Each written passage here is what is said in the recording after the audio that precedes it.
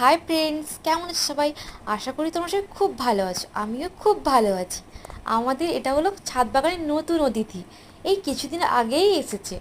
তো এটাকে আমরা যদিও স্নেক প্ল্যান্ট বলে থাকি, অনেকে এটাকে আবার বলে থাকে সর্পগন্ধা গাছ। তোমরা এটাকে কী নামে চেনো প্লিজ বেশি বেশি করে কমেন্টে জানিও। এবং এই গাছটি আমি কিছুদিন আগেই ছাদে একটা টবে বসিয়েছি।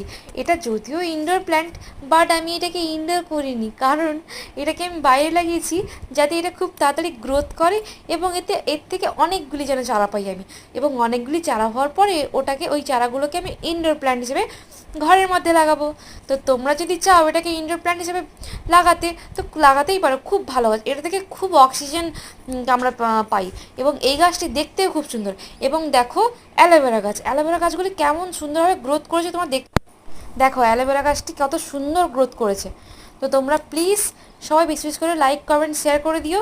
দেখা হচ্ছে পরের ভিডিওতে। আজ এইটুকুই।